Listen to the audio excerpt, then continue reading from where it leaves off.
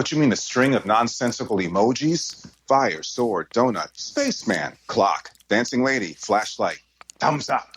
How am I supposed to know what that means? I ignited the flaming sword, used it to cut a hole in space and time. Mum's light flooded through it, then it closed up behind her. All good.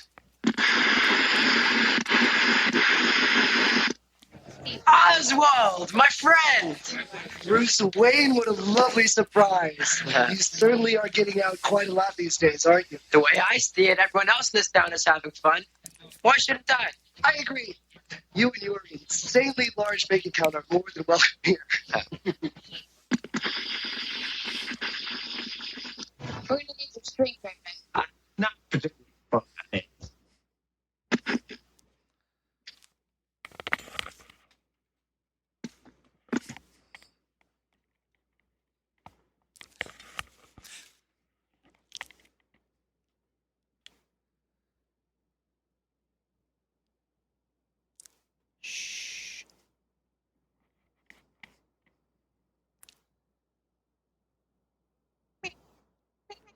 I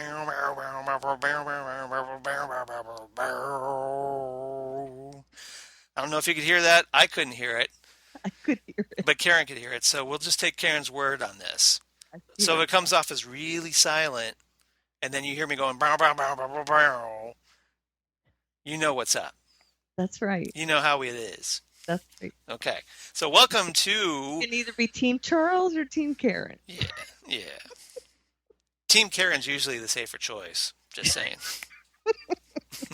Welcome back. But every so often, I get one right. Of course. It's not ever... I would say it's 50-50. I hope at least 50-50. Yeah. So anyway, welcome to Phantom Zone, everybody. Shaman. Oh, you had to throw that back. That's it. Ooh, it's on. Ooh. It's on like Donkey Kong. Ooh, no. Welcome to episode 128B. We should do this. We should really do this over because we're doing a really horrible job at this. We're really not. All right.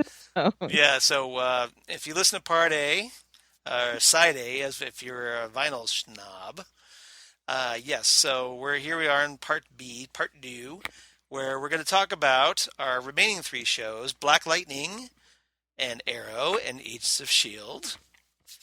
And we're going to start things off. Let's dive right in with Black Lightning, episode 3 of the first season, Lawanda, the Book of Burial. And now remember last week we had Lawanda, the Book of Hope. Yeah, but that hope is gone. Yeah, that hope was crushed into the ground and then squished, and then your shoe kind of wedges it in even more into the ground. Written by... Yeah, like that. There you go. Written by Jan Nash, directed by Mark Tonderai.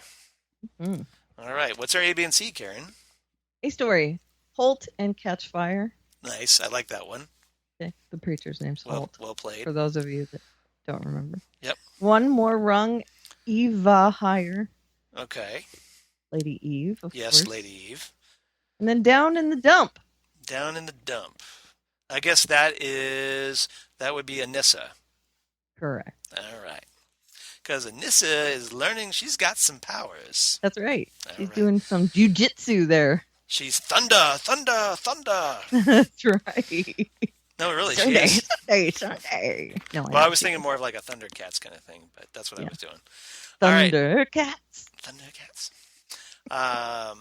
So we have Holt and Catch Fire, which, again, that's the Reverend Holt, who this is, we kind of pick up from the previous episode, Lawanda, who, if you recall, was this woman that was upset about her daughter's disappearance, blamed this one guy from the 100 named Lala for it. She essentially sets up her cell phone in this car door and takes herself off the board by confronting Lala, intending to die, which she does. Right. But, hey, the cell phone's recording it, and, it doesn't look good for Lala, really. Right. As we find out, and even more so because he ends up in the slammer. Right. And doesn't really go well while he's in there. No, it doesn't. No. But Reverend Holt is obviously the preacher speaking at Lawanda's service. Mm-hmm. And Jefferson and Detective Henderson approach him, and they essentially, Reverend Jeremiah and Henderson end up getting into a confrontation with Jeremiah thinking that Henderson is in the pocket of the 100. He's on the payroll as a shady cop. Now, that tense scene between the two of them, I really enjoyed that. Now you have that triumvirate of the law, the church, and the school, right, all standing together in that little room. But that conflict between the law and the church, where the community, essentially being the church, right, standing up against the law, where the guy who's supposed to be for the community is really, he's very pious, and he's talking about, hey, you're in the pocket of the 100. We see what you're all about. And then, of course, the law coming back and saying, I see you standing there in your $1,000 suit. You said with a $20,000 watch. Right, exactly. Yeah. And I am out here on the beat wearing, working shoes. Right. And that really hits when you watch it, that, this is a guy who works for a living. Mm-hmm. And this other guy is preaching to regular people, but he's also taking their money. Right. So, now, there is obviously some hypocrisy going on here. Obviously. But Henderson, we kind of would like to think that Henderson's kind of like the Commissioner Gordon to Black Lightning's Batman. Right. But we've had some hints that maybe Henderson's a little shady. Yeah. And he might be. He might be like the Reverend is saying, but the Reverend doesn't really have a good place. He essentially, forgot that whole, like, he who is without sin should not cast the first stone kind of guy. Correct. Yeah. Right. He kind of missed that Sunday school lecture. I'd like to think that a lot of the people in this show are shades of gray. Yeah.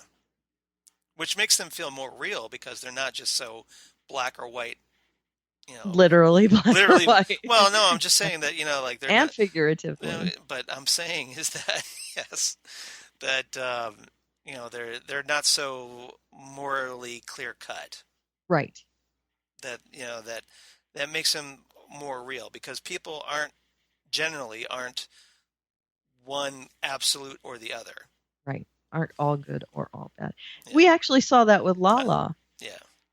Because, Lala came down to the school and kind of put the fear of God into his, cousin, nephew, yeah, whatever he was, and said, when I went here, I kind of acted up too, but I also learned a lot. So maybe you need to buck up. And, he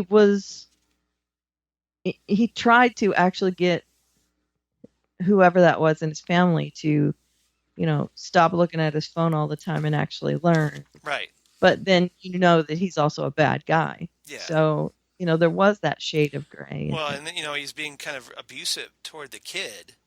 Mm-hmm. And Jefferson is just like, hey, wait a minute. He wanted really hard to step in. Right. He really did. Yeah. So, yeah, there's definitely moral ambiguity about a lot of people. Yeah. And then again, it's not like, Freeland, the city, the fictional city here, doesn't have corrupt cops. Of course it does.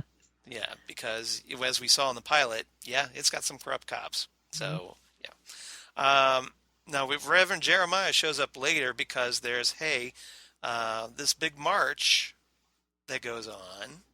Mm-hmm. And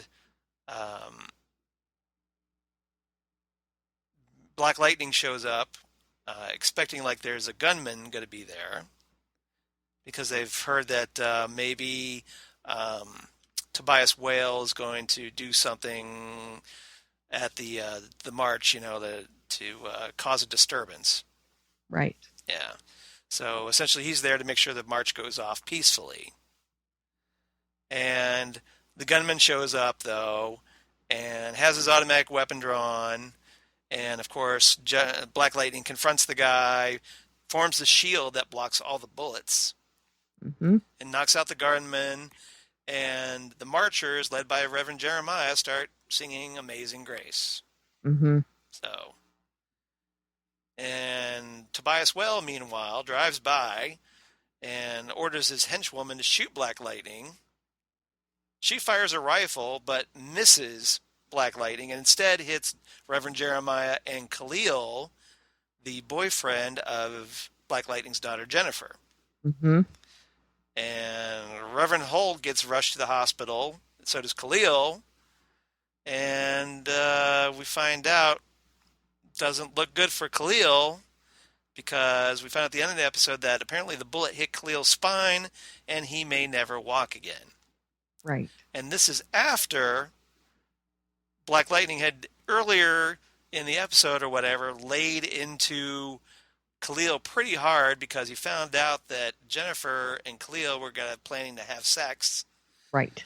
And Black Lightning gives him this really hilarious lecture about his athlete's foot Right. in the shower. He's like, look, you wash your hands with that, you get your hands with all that athlete's foot all over it, and you wash down there. Mm-hmm. Which is this really awkward conversation. It was very awkward. And I do have to say Jennifer was a bit blunt. Yeah. On her end. I see what you did there. Because, she does blunts and marijuana. Right. But she actually was very to the point about what she was going to do. Well, we find out that, hey, okay, we know we're like this really liberal family, but holy crap. Not that liberal. I don't think they were expecting that at all. I don't think any parent expects that. No. Even if they say, hey, you can come to us with anything, I don't think they really. But Jennifer's just like, okay, this is going to happen. Right. Well, were they expecting it not to ever happen? I mean, they're not, right? Right. And so they have this kind of like, Lynn and Jeff have this kind of, after this happens, they have a little aside conversation. And Lynn's kind of like, well, I guess it's a good thing she told us. And Jefferson's over in the corner like, no, this is not good. It's not okay. This is bad. Yeah. This is bad. And then that's why he lays into Khalil the next day. Khalil, while this is like he's laying into him, looks like he's ready to wet himself. Yeah. I expected that. Me too. He was just scared S-less. If he knew who Jeff was. Yeah, well, even more so, but. Yeah. Because he wouldn't have to come at him with a shotgun. I was trying to figure out where Jefferson was going to go with this. Like, okay, you're talking about his athlete's foot in the shower. This is getting a little creepy. Mm-hmm. And then he goes into like, okay, all right, it's going to go where he's talking about like, hey, you're going to get your athlete's foot in my daughter. Yeah, no. Ew. I don't want to talk about it. Yeah. It's like, why are we having this guy? Can we not even discuss that? I know, but I just love that it was so awkward. That hurts me, just thinking. I was like, well, this is something you don't see on Arrow. No, you do not. So anyway, all right, so let's move on. Yes. All right, so let's move on to one more rung Eva higher. Yeah, so there's someone above Tobias. Yeah, well, it turns out that, Tobias, there's another player in the scene named Lady Eve, played by Jill Scott. And Lady Eve, if you're familiar with some DC comics, is a pretty obscure character. Mm-hmm. And it turns out in the comics that she has ties to a certain terrorist organization called Cobra. Not the Cobra from G.I. Joe. Not G.I. Joe, no. DC Comics did Cobra first. Right. Just saying. And they spell Cobra with a K, not a C. Correct. But because it's based off this cult leader, it's more like a cult with the leader Cobra. Mm-hmm. And but yeah, Lady Eve. So I'm kind of wondering if they've introduced Lady Eve, and they kind of hint that maybe she's got some associates. So I'm hoping those associates we get to see Cobra. Yeah, that would be good. Because that would be awesome if we do get to see Cobra. I don't know we will, but it would be cool if we did. Yeah. It could be somebody like Cyanide, who was another supervillain that kind of associated with. She was tied into that. Yeah. Oh, So, yeah. but so I thought that was kind of cool. Their outfits were kick-ass. Yeah. Too. They were like this like a tabard. Yeah.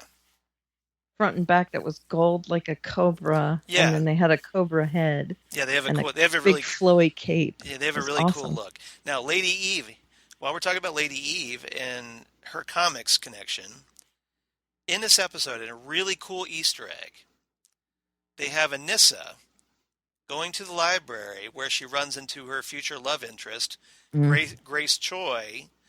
Now, Grace is a new character for the show, but she ends up becoming a superhero in her own right, as she and Anissa kind of hook up in the pages of The Outsiders. That was right. That was volume 3, which was written by John Winnick. Okay. Here in this episode, Anissa runs into Grace for the first time. Grace is reading a copy of Outsiders Volume 2, number 16. And it's a comic by Mike W. Barr, who created The Outsiders, and Paul Pelletier. But the issue is actually, the story is called Island Girls. And guess who's on the cover? Lady Eve. Right. I see. That's before. Yes. That's before Grace is in it, though, right? Yes. This is the volume, but this was the incarnation of the group before Grace was in it. But after the incarnation of the group, where Jefferson as Black Lightning was in it with Batman, in Batman the Outsiders. Okay. The original Outsiders. Right. Yeah. Very cool. So again, this is like the meta. This is the second Outsiders reference we've had on CW shows, but here it's kind of cool. So I'm hoping we'll get some more Outsiders connections. That would be awesome. Yeah, and they actually mentioned like Grace is into cosplay, and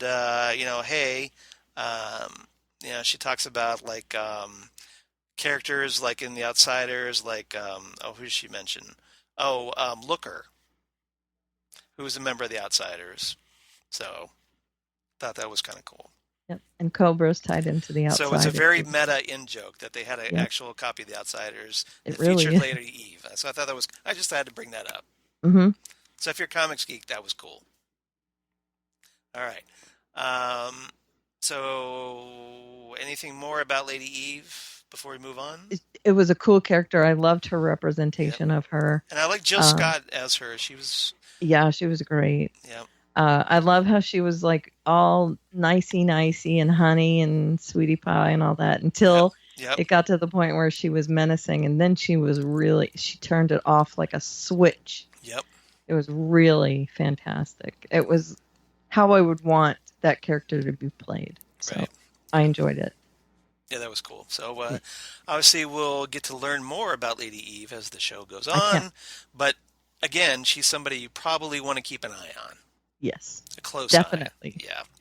Yeah. Okay, so down in the dump, this is more of Anissa, because Anissa, after hooking up with her future love interest, Grace, and going out to a cosplay party, which I thought was interesting. It's like, okay. We find out that Grace is a big cosplay geek. Right.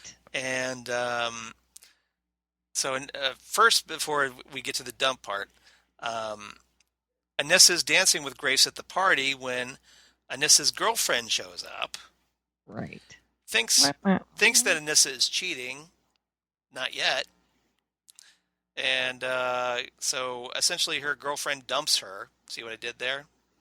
At the party. I see what you did there. And so Anissa ends up like, okay, well, I guess I'll... she ends up telling Grace that, oh, hey, my girlfriend took her apartment key back, so I guess that's over.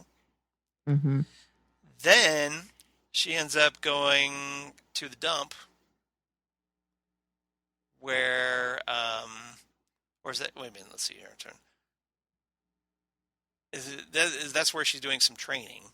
Right. Yeah, she Well, she she basically wants to. practicing with her powers. She doesn't know how they work yet. Yes, she's trying to figure it out. Right. And she gets a little frustrated because she tries to like um, kick this really heavy object. Like I think it was like a washing machine Yeah, it was or a something like that. It refrigerator. had a Something. glass Yeah. window in it or something. I was thinking like a washing machine. So she's trying to move this washing machine. She kind of shoves it, but normal strength. Yeah, and she kicks it. And then she gets kind of a little like pissed off that it's not working. Mhm. And that's when that anger kind of flows through her. Her thunder powers kick in, and Right. she boots that washing machine all the way across the junkyard. Right. Well, she realizes that it's her breathing. Yeah. That's how she breathes. That's how. Yeah. Well, yeah, she was trying to focus, and because Right. she's an athlete, so Mhm. yeah. And she also punches the big stack of junk right in front of her, and Cars something or- falls off yeah, the yeah, top. yeah. Yeah. So she figures out how to channel it, which I liked. Yeah, so she's starting to figure out how her powers work, which is cool. Hmm? So, one step closer to thunder. That's right. So I like it. I do Now, too. what's going to happen when she and Dad? Lynn is not going to like it. No. What's going to happen when she and Dad figure out that they both have powers? I'm thinking Jefferson will be cool with it, but Lynn obviously won't. Oh no, Lynn. We already know that. Because I watched last night's Black Lightning episode, and there was some hints that where Nissa's kind of talking about, hey, Black Lightning has to do what he does. Mm-hmm. And she's throwing support for Black Lightning, not knowing her father's Black Lightning, presumably. Right. And Jefferson's kind of sitting back going, yep, that's my baby girl. Yeah. So they'll be good with each other. Yeah. But yeah, Lynn's, we already know she's going to hate it. Yeah, my wife Lori hates Lynn. She's just like, I'm not a fan. yeah, they need to do a better job of bringing Lynn, trying to bring herself around. But right now she's just coming off as very judgmental. At least she is not the only woman on the show. Yes. They have better Yeah. women on. Well, I mean, So. Jefferson's daughters. The girls. The daughters are great. So, now, granted, Jennifer needs to get her act together, but maybe she will start to do so soon. Sure. Hopefully. And Nissa already seems to be on the right track. Mm-hmm. So, hopefully she'll stay that way. All right. Anything else about this episode? No, I'm really digging this show a lot. Yeah. I like it very. Yeah. I like it too. I like the way it's going. Obviously, there's some stuff on this show that you don't get to see on, especially the other CW superhero shows. So I kind of dig that, and it's something new and fresh, and I'm really liking the direction the show is going. So hopefully, And the guy that plays Tobias. Yeah. So good. Marvin Crondon Jones. Oh, he's so good. Yeah. He's good. So, all right. What's your rating for this one? I give it 8 smashed appliances. Yeah. I'm guessing that one's going to invalidate the warranty on this one. Probably. But it was already in the junkyard. It was already at the dump. Yeah, it was already at the dump. I give this one 8.5 copies of Outsiders number 16 because that was awesome. I dug it. Great Easter egg. I'm guessing my grade is somewhere in between an 8 and 8.5. Yeah. I really, really liked it. Yeah. Just, This wasn't your favorite, though, so far. No, it's not my favorite. Yeah. It's your mostly because of the hypocrisy and all that. It's only 3 episodes, but yeah. Right. So I hated that guy. Yeah. A lot. But I like this one a little bit better. All right. Yeah. Next on our list, Arrow, the 12th episode of the 6th season, All for Nothing, written by Beth Schwartz and Oscar Balderrama, directed by Marzi Almus. Alrighty. And what's our A, B, and C, Karen? Vincenting out the traitor. Okay. Sorry, that one's terrible. That's okay. Bad siren, good siren, bad siren. Yeah, it just depends on the episode, really. Yep. No rhyme or reason for it. And then more MOAR, more flashbacks, because we got more. But these are okay. Yeah. I'm all right with that. You're okay with the flashbacks here? Sure, these are all right. Well, they're not to the island, so, Oh, that's true. At least we're not. Yeah, at least we're not island flashbacks. Yeah. God help us if we ever go back to island flashbacks. Oh, please no. Please. Okay, all right. If I ever see the island Yeah. again, Yeah, I will kill someone. yeah. Let's just blow up the island for real. I mean, I know that what's his name kind of blew a good portion of it up. Let's just nuke the whole thing. Really. All right. Okay, so Vincenting out the traitor. Get it, Vincent? Yeah, because this is a reference to Vincent, a.k.a. the Vigilante. Mm-hmm. And turns out, oh, hey, the Vigilante is kind of, still playing both sides a little bit. Well, he's really only playing one side, right? Well, as we find out, yeah, he's kind of working undercover, supposedly working with Dinah. Right. And also working with Renee and Curtis. So let me ask you a question. Yes. He was planning on selling out Caden James this whole time, right? Yes, presumably. So who was he going to work with before he decided to go with Dinah and Renee? I don't know. To be honest with you, I don't know. Right? It's hard to figure out.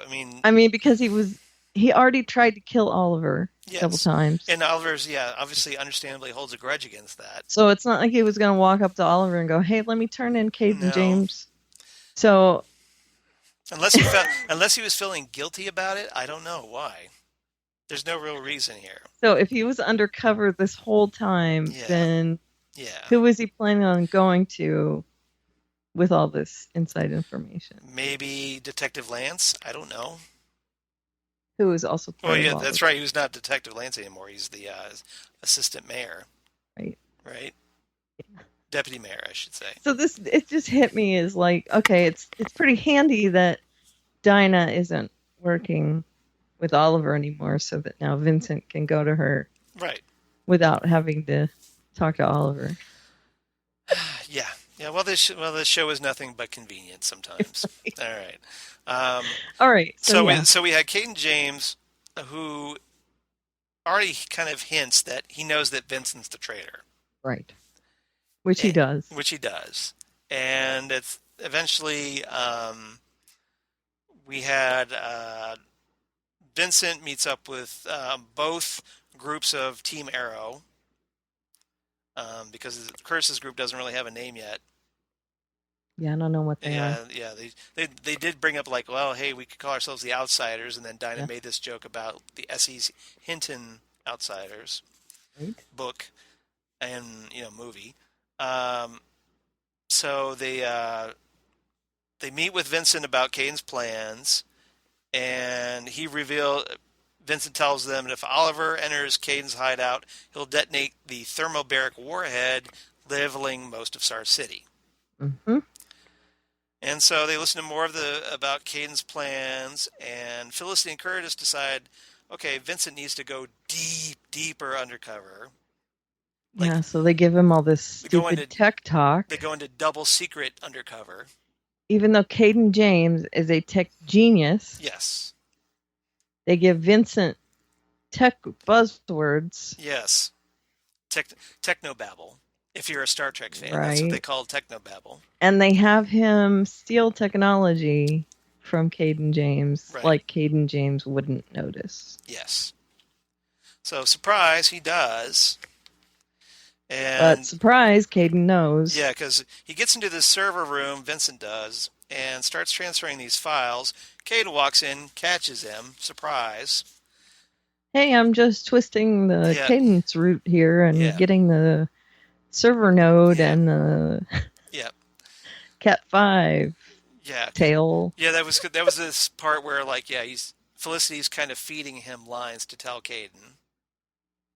So he doesn't blow his cover. So he basically tries to sound like, oh, yeah, I'm hip with all the tech lingo. And Caden is probably all I could do to keep from laughing. Not just that, but he has no reason to be... Vincent has no reason to be in there. Right. It doesn't matter how much technobabble he spout. Well, because he, hacked the access code to get in. Right. So you're right. He shouldn't be in there at all. Right. So Caden already knows something is up. Yeah, would think. So dumb. So Vincent gets outside of. I guess he figures out how to distract Caden long enough for the file transfer to complete, Right. and then gets out of the compound and transmits the files. Caden follows Vincent outside, where he calls him a traitor and then shoots him with a stun gun. Right. And if you think Caden didn't want him to get that stuff out of there, you are dumb. Yeah. So Caden he obviously did. Yeah. So Caden starts questioning Vincent, and he finds out that Vincent, is a metahuman with regenerative powers. Mm-hmm. Yeah. So who didn't see that coming? So if you watch the Deadpool 2 trailer that was released this morning, regeneration powers activate. Right. Exactly. You like that? But of course, if Dinah got powers, then he probably got powers too. Yeah. So it makes sense. There's nothing super surprising about that. It is kind of funny that his face is messed up and he has regeneration powers like Deadpool. Right. Right? And he wears a mask that covers his entire face. Right. Yeah. And he has guns. Okay. Just saying. Except for he's not nearly as good as not being dead. Yeah. And he was impaled on rebar. That's true. Like Deadpool. That's true. Good point. I didn't realize that. So what else are we here? So Dinah ends up finding Vincent, and there's an explosion. They both regain consciousness. Dinah gets trapped under rubble. Vincent goes to help her when he's blown away by Black Siren. That's right. And then that's when he gets impaled on the rebar. Ouchie. And Black Siren comes right up to Vincent and goes right by his ear hole and unloads her canary cry right into his ear hole and kills him. Yeah. Yep. Her siren cry, excuse me. Her siren cry. Mm-hmm. And so he's dead. So so let's see if we come back from that one. Let's see how strong those regeneration powers are. That's right. And I don't think he's coming back. I don't think he is either. And so Dinah is So hopefully now we can get the Adrian Chase vigilante, because that would be nice. Would be. Just saying, Arrow Riders. Mm-hmm. So now it's Siren versus Siren. Yep. Because she wants to kill Laurel bad. Yes. Well, she says so at the end. Well, basically that Thea, like they basically said that Oliver's like, Dinah wants to kill. I'm sorry, that's where I got confused. I thought you were trying to talk about somebody like Laurel wanting to kill Laurel, and I'm just like, wait. No. So Dinah wants to kill Laurel. Right. Yes, the Earth 2 Laurel. Correct. Black Siren. Yes. Right. Yeah. So she's all mad because she obviously killed her would-be boyfriend. You killed my Vincent. Yeah, exactly. So, and Thea also has given up that Laurel has any shot at redemption. Yeah. And she tells Lance. Yeah. So apparently, like, Thea and Lance, their whole purpose in this episode is to try to see, like, keep an eye on Laurel, and Lance ends up like tricking her, lures her to this place where like there's all these pictures of the Earth 1 Laurel Lance, mm-hmm. where being all lovey and whatnot and adorable, and everybody likes her. So she gets all pissed off, destroys the screen showing the pictures, mm-hmm. and this is when Thea's just like, I don't know if I think we might be wrong about her turning good. Yeah. And those pictures, they can backfire big time, because all she sees is, I'm not that girl, right? Right. And that just kind of, that's just kind of upset. And then Thea's just like, well, did I mention that, Earth 2 Laurel killed Vincent? Yeah. So. And then Thea's like, I just don't know if she can be redeemed. Yeah. And poor Lance just sitting there with his scrapbooks because he loves the scrapbook that Thea made him. Mm-hmm. So more scrapbooking. Well, is that what she's good for? Apparently, I don't know. I'm trying to see if I can coax a Thea impression out of you, and I'm failing miserably. Oh, I'm sorry. Yes. I don't think she's gonna be good anymore. I think she's bad. I can't help you. And I got paper cuts from all the scrapbooking. I really like these scrapbooks. Although they get the glitter everywhere. Why do you do all the glitter? They're the herpes of crafting supplies. And you have them. Laurel's so mean. She killed that guy. She killed him. He probably had it coming. It's so bad. Yeah. I'm sorry. So. Guy. Why did that happen? So maybe they're just trying to throw a little doubt before they do the heel turn, and Black Siren decides she's good, and then. But of course, I think what's going to happen, long term, they're going to kill off Dinah. Oh no! And Earth 2 Laurel will be the Black Canary, but she will use the alias Dinah Lance. That's what I think they're setting up. So annoying. Yeah. I mean, he's already married to Felicity. Why do they have to make it? Because remember, Black Canary in the Justice League of America originally came from Earth 2. Right. Until they revealed that, it was actually Black Canary's daughter. Right. Where they revised it, and then the Earth 2 Black Canary was her mom, and then she crossed over, and yeah. And then yes, it's very convoluted. It got a little convoluted at that point. But it's not evil Black Canary. So I'm just kind of wondering if they're going to make the Earth 2 Laurel as become Dinah Lance, the Black Canary.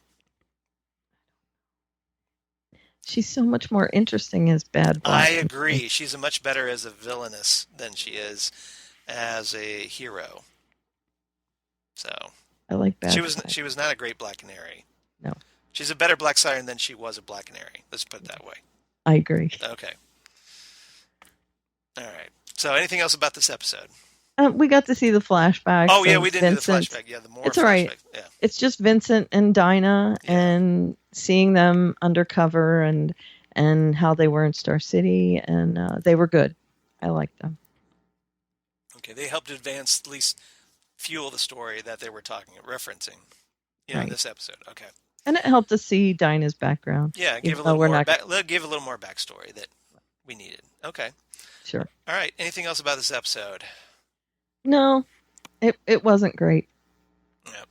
Well, this one I thought was okay, but what's your rating? 7.5 missing bombs. Yeah. A lot of talk about this. This what should I call it? The type of bomb. I keep forgetting the thermobaric warhead. But we never actually see the thermobaric warhead. No, because it wasn't there. That's true. It was all a ruse, wasn't it? Right. It was a ruse to get them to the warehouse. Yep. I like this one a little better than you. I gave it 8 pictures of Earth 1 Laurel Lance. Not much better, just a little better. But, they killed off a character. Now I can't stop thinking of Archer saying, it's a ruse. Sorry. Yeah, they killed off a character. They killed off... Phrasing. They killed off Vincent, yeah, who is not a huge character, but that means that Caden James is down. Yeah. A henchman. Well, and it also gives Dinah and Laurel sets up that grudge match. That's right. So, gives her a vendetta. Yeah, exactly. So we'll have this big showdown between the Canaries. Right. Sort of. Who will win? Who will win? Yeah. 2 go in, 1 comes out. Again, my money is on Laurel killing, or Earth 2 Laurel killing Dinah. Or 2 might come out. Who knows? Yeah, who knows? Let me finish. 2 canaries enter, 1 canary leaves. Or 2 canaries leave. Yeah. Whichever. If you're a Mad Max Beyond Thunderdome. Right. person. All right. Our last show for this week, Agents of S.H.I.E.L.D. 510 Past life. Past Life, written by DJ Doyle, directed by Eric Laneuville. Or Laneuville, I don't know, something like that. Yanoville? Laneuville. Is it two L's? Laneuville? I don't know. It's Laneuville. Okay. So, Laneuville, I guess. So what you said. Yeah. I don't think he's listening. If he is, sorry about butchering your name. If not, never mind. All right. Okay. So what's our A, B, and C, Karen, if you would? A story, Cree, CP, or Yo Yo Yo? How about Cree CP Yo? Get it? Oh, I see what you did there. I see what you did there. Or how about C Creepio? No, it's Cree CP. Okay. Cree CPO. PCP. All right. But you like what it did with the Cree CPO? Yo Yo Yo. Yeah, that's nice. All right. So okay, so that's obviously Yo Yo and the PCP. And the PCP. Yep. And then paralyzed, then apologize. Okay. And then / you should get that looked at. And then the C story, there's a couple little C stories. Yep. Enoch already. Yeah. Enoch already. Yeah. Yeah. Monolith. Yeah. And blessed is the Deke. Okay. Gotcha. Got it. Yeah, I get what you get.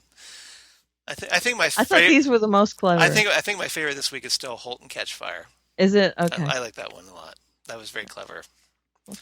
All right. Okay, so Cree CP and Yo Yo Yo. One storyline. Okay, you want to set up the Cree CP? Well, there is this kind of, is it an injection or is it like a ball of something that you eat? What is it that you take and it turns you into this frothing Hulk monster? Yeah. It's essentially like, it's just some sort of pill, maybe. I mean, what he does is he takes a vial, right, and he like pulls something out. I thought he kind of downs it. I don't know. That's what I thought he did, but then when I watched it again, it looks like he just takes something and does something with it. Okay, well, whatever it is, it essentially turns you into this big ragey monster guy. Right, and it makes like black stuff come out of your eyes and your nose. Yeah, you're bleeding from your eyeballs. Right. Yeah. So he gives it to one of his minions, and he sends him out, and that minion goes to kill Coulson and May and all of them in the hallway. And they end up fighting him off, not handily. They have to really work at it. Right. But they do manage to fight him off in the end. And that's important, that they do have this match with him in the hallway. Yes. But they do. And then, because Casillas can't get Mac and Yo-Yo and all them, he's at his last wits, and he lost. Essentially, Casillas has this big meltdown. What's her name from last week? Sonara. Sonara, yeah, he lost Sonara. Right. And his zombifier. Yeah. Says that she's too dead and it won't work on her and everything. Yeah, so he can't bring her back from the dead.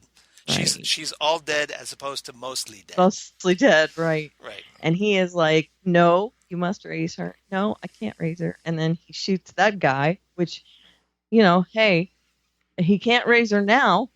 Right. Yeah, that doesn't help, does it? No, it doesn't.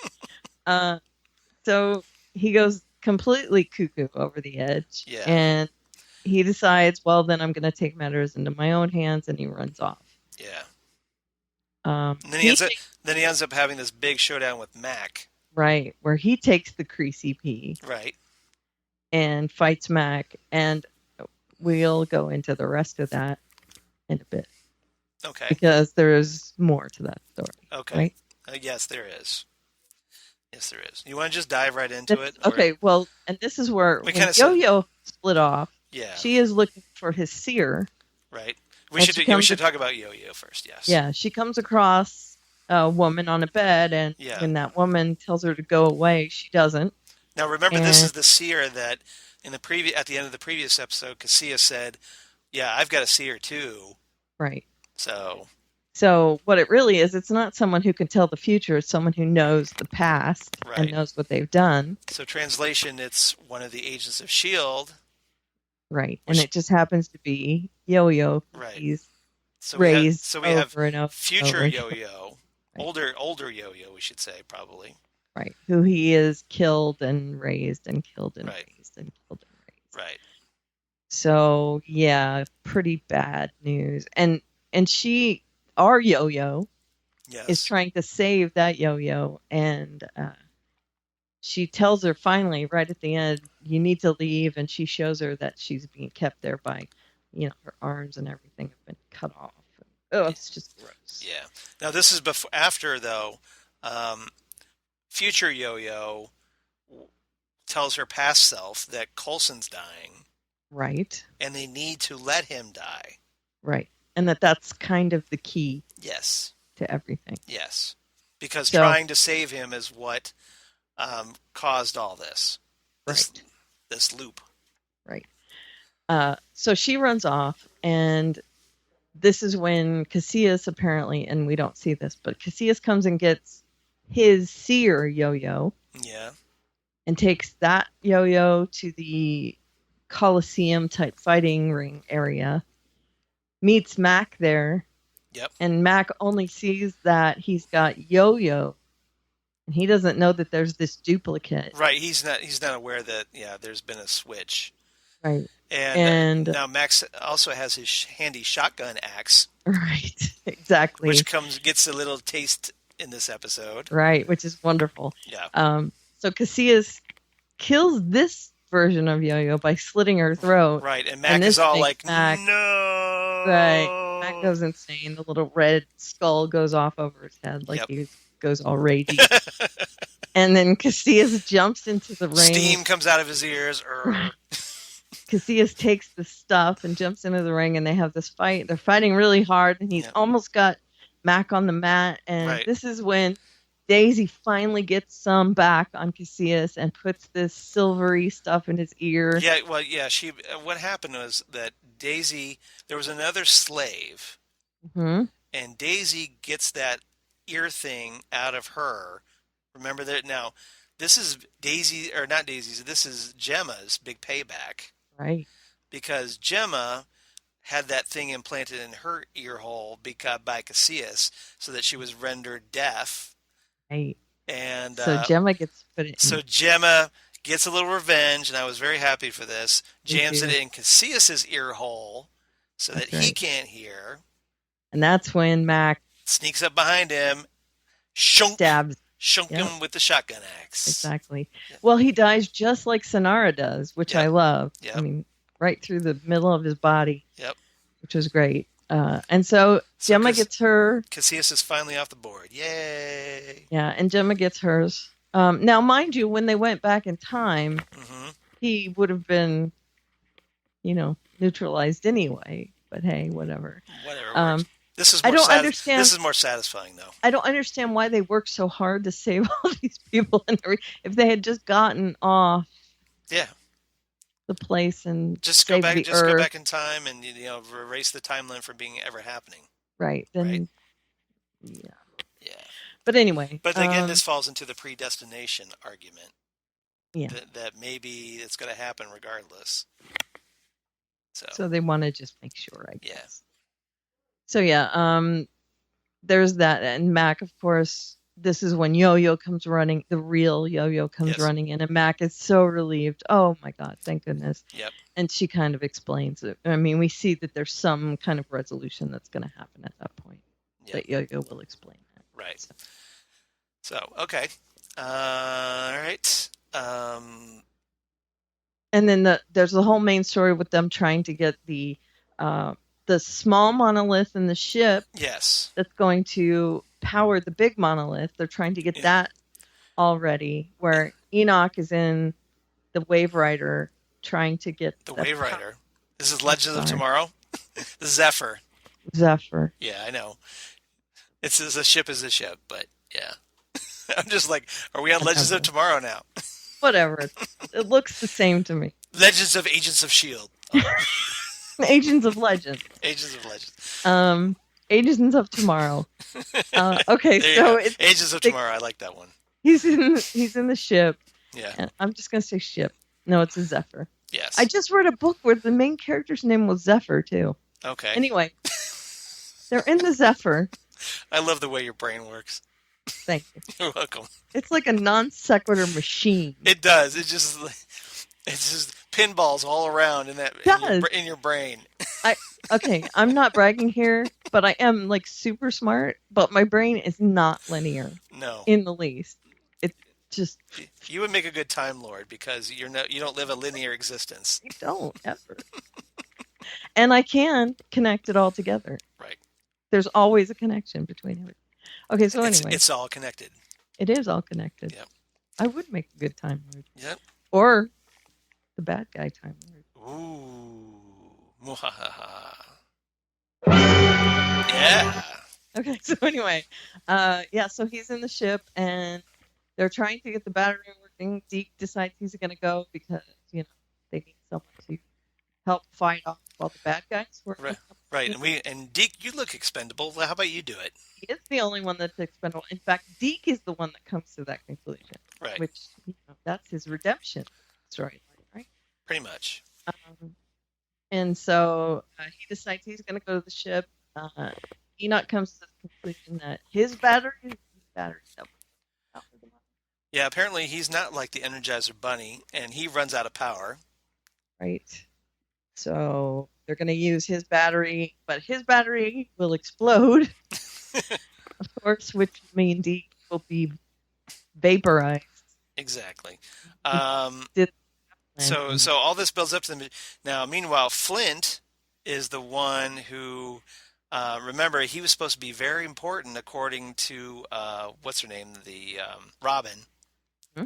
So Flint is the key to reforming the monolith, which will get everybody home. Because remember, he's like Mr. Rock Guy. Right. So that's his Flint Stone. Yeah, exactly. As it were.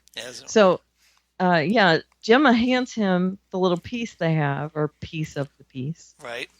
And she tells him how to examine it, even though she has no idea how he would look at that stone, right? Pretty much. She's just guessing. Yeah. And he looks at it and he can see the patterns in it, whatever. And once he gets a bunch of rock that is similar, which is what the porous kind of rock that the base of it is made of. Right. He puts it all together and he makes the kind of whirls and swirls and stuff that's inside it. Yep. Yeah, basically he gets it all, the monolith is all hooked up, ready to go. Deke hooks Enoch up to the machine, but Enoch's obviously dying sooner than expected. The machine fires up, and then we see Gemma, Mac, and Yo-Yo running for the monolith. Just at the last minute. The machine goes up, the monolith goes all liquidy, spoogey all over. Yep. And so we're not quite sure who actually makes it back to the past. Right. So, or back into the monolith. Back to the future. Oh, wait. No, into the monolith. Yeah, that's all I'm saying. Exactly. Because it might not be the past. Right. So we'll find out when Agents of S.H.I.E.L.D. returns. Now, remember, at the end of the episode, we see Yeah. Flint and Tess talking about how they're going to reform the Earth. Right. And she shows them the little model, right? Yep. And they're in the ship floating outside the Earth. My theory is that they're going to the future where this has already happened. See, I think they're going back to the past. That's what you think. We'll find out. You will. That's just my theory. You probably know more than me, though. I remember seeing somewhere that they are not going back to their past. Okay. But that doesn't mean it is exactly what's going to happen. Okay. So we'll find out here in a few weeks when Agents of S.H.I.E.L.D. finally comes back. And then there's a little part where Daisy decides she doesn't want to go because if she goes back, there's still a chance that she will cause the Earth to explode. Coulson. So she figures, well, if I don't go back, then no Earth exploding. Right. Coulson finds that unacceptable and tranquilizes her. Yeah. However, we notice that when his shirt parts a little bit, he's got a weird, like, ugly scar. It's like this big black scar spreading across his chest. Right. Any theories about that scar? Because I have a theory about that scar. I think it came from the fight. You think with the 3CP? Really? Because I think it goes all the way back to, remember when Coulson was impaled in the Avengers movie, the first Avengers movie? Seriously? I'm hoping. Before Tahiti, even? Well, no. My point is that, remember, he was brought back. Right. So I'm wondering if, like, the effects of that eventually have caught up with him. Interesting. I don't know if it's, if that's related, but remember, he was impaled. Yeah. By Loki's little staff thing. Yeah. So I'm just wondering if that, like, he was on borrowed time and then time's run out. Interesting. That's my theory. That's an interesting theory. So we'll see. I just thought it was the yours mix is much tidier than mine. Right. Because it's relating to what just happened. What just happened, yeah. But I'm hoping for something a little more long term. And we don't know how it affects humans. Yeah. It was only used on the Kree. Right. But yours would be much more interesting. Yeah, we'll see if I'm right. It's just, if I was the writer, I would make it go all the way back to the Avengers movie when he died. Yeah, and if they're planning on killing him, which they might actually kill him off. Right. Because maybe Clark Gregg is ready to move on to something else. Well, I've heard rumors. Yeah. Tying it back to the movie where he died would be a good circle. That's what I'm thinking. Yeah. So we'll see. Just making him die from this CP would be lame. Yeah. So yeah. I like my theory better, but I do too. I don't know if it's going to be true or not. I don't know if it's going to happen, but I like your theory better. Yeah. I think my theory might be right. It's a cooler theory. I agree. I think yours is probably right. But I think mine might be right. Yours is much better. But mine, yes, thank you. You're welcome. I'll take that. I'll take that as my win and run with it. Yeah. All right. I'd be sad when mine's right, though. I hate it. I know. I hate it now that you gave mine. I know. That's okay. All right. Anything else about this episode? No. Okay. I'm good. All right. I'm good, too. So what was your rating for it? I give it 8.5 volatile Android batteries. Yep. I miss Enoch already. Yeah. He would make a great Vulcan on Star Trek Discovery. Oh, my God. He would. Because I posted that. I'm just like... That guy was good. Dude is like a Vulcan. I mean, like, he has that monotone down cold. He was great. Yeah. I really liked him. So and he managed to make you care about him with that, too. Yeah, exactly. He's not just... He was really good. Yeah, he was really... Yeah, he would be a great addition to Star Trek Discovery. Just saying. Just throwing And back that in the out there. day, he would have been great on Fringe, too. As an observer. As an observer. You're right. You're absolutely right. Mm-hmm. And not just because the bald thing. No. Just that he has that demeanor. Mm-hmm. Very... Yeah, you could see him playing that role as an observer. Yeah. Yes. That's well spotted. All right. We'll finally get in sync this week. It took us a while, but we got there at the end. On the last show. 8.5 from me as well. Ominous black chest scars. And I wrote bottom after it. I would have done dun dun dun. Yeah, but that's me. Same thing. Yeah. So dramatic music. So we'll see what happens there. God, I really hope they go back. If they decide to kill him, I hope they go back. It would make perfect go full circle like that. Yes, I agree. All right, we'll see if I doubt if I'm right, but anyway. Fingers crossed. Fingers crossed. Now you're getting my hopes up. I don't want to get them hope. Don't get them up because it's probably not going to happen. You need to write for these shows. Thank you. Thank you. I appreciate that. I would love to write for these shows. So if anybody's listening that has the ability to make that happen. If they came to you and said, would you like to write for Arrow? Would you take them up on it? Yes, I would. Okay. Because it would have to be Arrow, though. I'm asking you Arrow. I'm okay with that because the ability to have the chance to fix a show that I have a problem with is very tempting to me. I love the ability to the opportunity to go in and try to steer it the way it needs to go. Yes. Try to course correct. Yeah. Would you call me and let me give you ideas? Totally. You would be the first person I would call. Okay, good. Yes. We would be on Skype writing the episode. I'd be typing it right out. Okay, you have to do this, and I'd be like, okay, that's awesome. Type it away. All right. So if anybody can make that happen, get in touch with us. You know where to. Okay, and the other way around, if you could ever get me to sing in a Disney movie, then I'm right there. That's my dream. Oh, that would be awesome. Just to sing a little bit part in a Disney movie. That's what I've always wanted to do my whole life. Please, somebody make that happen. If anybody can make that happen. Yeah, please. I think you deserve that far more than I do. Why? Why do I deserve to sing in a Disney movie? Well, because you've got like your condition, and so come on. I just feel like a lot of people have MS that don't get to do cool things. But it would be awesome if you could. Well, it would be awesome. I would be very happy for you. Let's put it that way. My entire life, I have been into Disney and been singing, and one of the things I've always thought would be awesome is singing in it. Not being the princess or anything. I've always actually wanted to like sing like for a bad person. Oh, like a villain. That would be awesome. Or a henchman or something. Oh, okay. That would be cool. Henchwoman, of course. But yeah. Nobody drinks like Gaston. Nobody, no. No, not that one. No. All right. Anyway. Okay. So before we get into how you could reach us, if you have that ability to make that happen for either of us, I take it we have some Justina feedback. We do. Would you like to hear it? And we get to hear it this week. Yay. Mm-hmm. Yes, please do.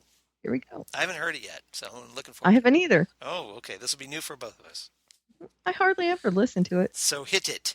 I just edit it so we can both laugh at it. Yes. I mean, laugh with it, not at it. Oh my God, that sounds terrible. It does. Laugh with it. Shame. Justina knows I love her. Shame. Ding. I know. Justina knows I love her. Yes. With it.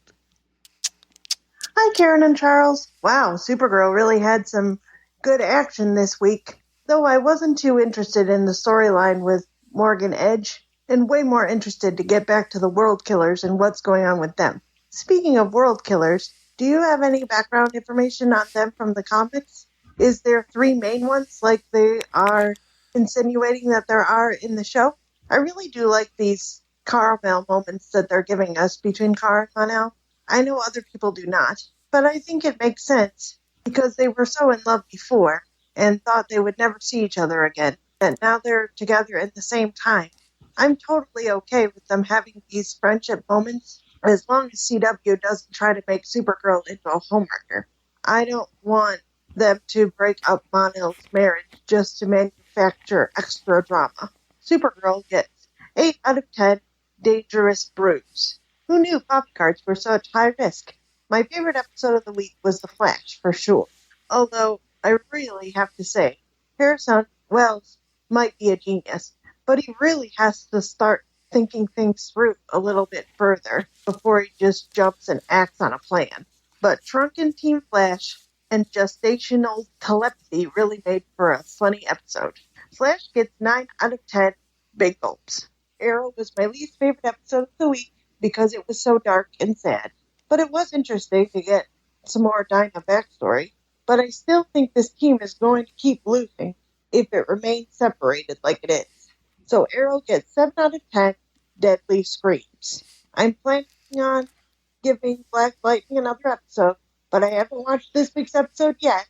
So far, however, I'm finding Black Lightning to be a high-quality show, but hard to watch due to the level of violence and darkness. Have a super week.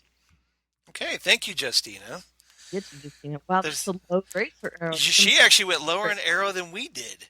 Yeah. That tells you something. Yeah. That tells you something. So I wish you watched Agents of S.H.I.E.L.D. because now you notice, Justine and I are in sync on our Supergirl grade. You sure are.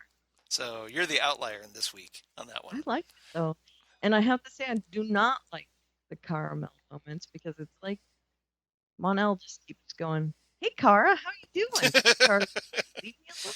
Everybody keeps going to Kara like, "Are you okay?" Yeah. Yeah. I don't hate them, no. I mean, it's not like I'm saying he needs to stay away from her. It's just, I mean, I get that Mon-El is kind of a constant reminder of being around doesn't really help, but I would kind of like to see Kara move on, start to at least come to terms with it, like be okay as friends and Kara be okay with that, and then maybe drift somewhere else romantically. But isn't it hard to do that when he's always up in her face? It is, and yeah, the situation does not make it easy by any means. So No. anyway, Not even for a human. So Justina, you asked about the World Killers. Now, unfortunately, hadn't read that storyline in the Supergirl comics. There's 5 of them, I think, Yeah, not just. yeah, but there are others. So kind of. And they are created to kill. I think, aren't they created to kill Kryptonians? Yes, as I understand it. Yeah. So, not Earthlings, obviously, because they didn't. No, because yeah, they came from Krypton, so yeah, they wouldn't. Right. But once they had moved to Earth, they were going to take over Earth and inhabit it. Right. And knowing that Kara was there and everything, they had Kara and Clark. They had to kind of take them out. Right. So there is some precedent in the comics. That's all I know. There was more than one. Yeah. I think there were 5. There were multiple storylines with them. Some of them with 1 or 2 at a time. They all had different powers. Okay. So there were a few. If you would like, I can give you those episodes, but I can do that for you in private, Justina. There you go. Sounds good. So, but if anybody really wants more information on the World Killers, there's Wikipedia, but or I could put it on the Facebook. Or you could put it on the Facebook page. Even better. How's that? I'll do that. There you go. So when you're looking it up for Justina, you can just post it for everybody. Will do. I'll give you links to. There you go. Years. And hey, if you want to find that aforementioned Facebook page, how would they do that, Karen? They can do that by going to facebook.com/Fandom Zone Podcast. You like that really cheesy That's segue? very good. And if you want to email us and ask us about it, that's fandomzonecast@gmail.com. Right. You can listen and subscribe to us in Apple Podcasts and leave us a review. Or you can reach us on Twitter at FandomZoneCast. Excellent. So yes. So please reach us there. You can like us and follow us, and then if you would, if you're so inclined, give us some ratings on Apple Podcasts, because that helps people find us. It does. And grow our little show. So we'd like to get some more likes, and we'd like to get some more follows. And thanks to everybody who is already doing so. We definitely appreciate you. And as we do all our listeners, but we appreciate everyone. We especially appreciate those that like and follow us. Of course. All right.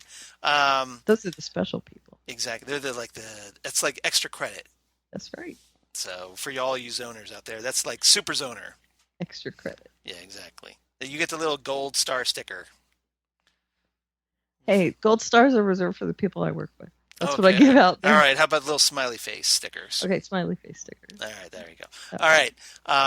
Karen, where can they reach you on the interwebs? They can find me at Eleveria and at Allie's_stuff on the Twitter machine. Yes. I can't think straight today. My leg hurts, you guys. Think straight.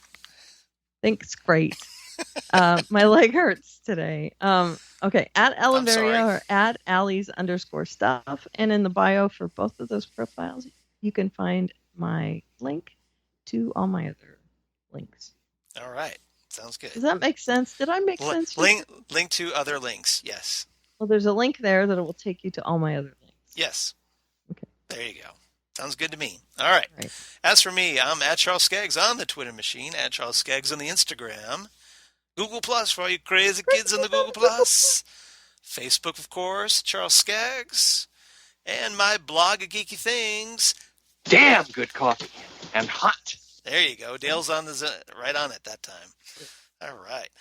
Damn Good Coffee and Hot, where I talk about all the shows that we talk about here on the Phantom Zone podcast and more, including, the trailers that we're talking about in Side A and all kinds of comic book news and sci-fi news. So thanks to everybody who check out my blog and share posts and whatnot. I really appreciate that. And there's also news on my other podcasts I do for the Southgate Media Group, including, the list is getting longer. Next Stop Everywhere, the Doctor Who podcast they do with friend of the show, Jesse Jackson. Ghostwood, the Twin Peaks podcast they do with Zan Sprouse, wife of comic book artist Chris Sprouse. And the upcoming Titan Talk, the Titans podcast they also do with Jesse. But right now, we have to record our third episode because Rob is holding episodes 1 and 2 hostage until we get our third episode. So stay tuned for that. Hopefully, we're planning on recording that Sunday, so hopefully it won't be too much longer before Titan Talk is finally released and we can stop talking about getting it released. Awesome. All right. So Awesome. stay tuned, guys. On my front, Yes. I have Made of Steel. I have Gotham Undercover. I have this podcast. And then coming up very soon. Yes. I have Remaking Histories coming back. And that is the Timeless podcast. Yeah, I know you're excited about Timeless coming back. I'm very excited because I love my history. And everybody watch the show so that the show stays alive. Please. Such a good show, you guys. It's on NBC, so good luck. Because remember Constantine. Just saying. I know. But the fans did bring it back. Yeah. For season 2. So it's more than Constantine got. That is true. Not that I'm bitter.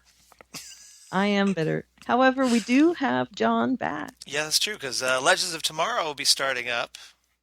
With John Constantine. With John Constantine here in a couple weeks. So watch for me in Remaking History coming up very soon. Please do. Yeah, I think it comes back on the 11th of next month. So. And then maybe at some point down the road in the future, maybe the 22nd century, the Farscape stuff will come out. I hope so. No, it's still coming out. Okay. It's coming out. I think we're on the 4th slowly. Season. I think we're on the 4th season, so it's okay. We'll have a party when the final episode. That sounds good. You can do. I kind of like that it's still coming out. Make it a cosplay party.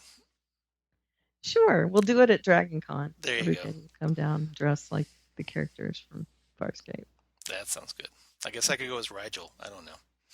Sure. I'd rather be John, but... You could be John? John. Why not? All right. I'd have to be that chick that repairs all the ships. Oh, I liked her. I do too. She's cool. Her a lot. She's cool. All right. So thanks, everybody, for listening to the Phantom Zone podcast.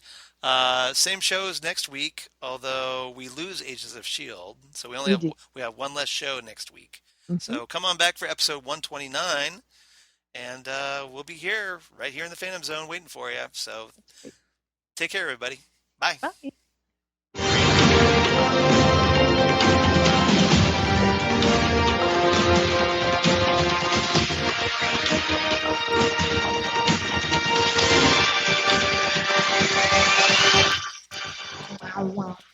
Wow.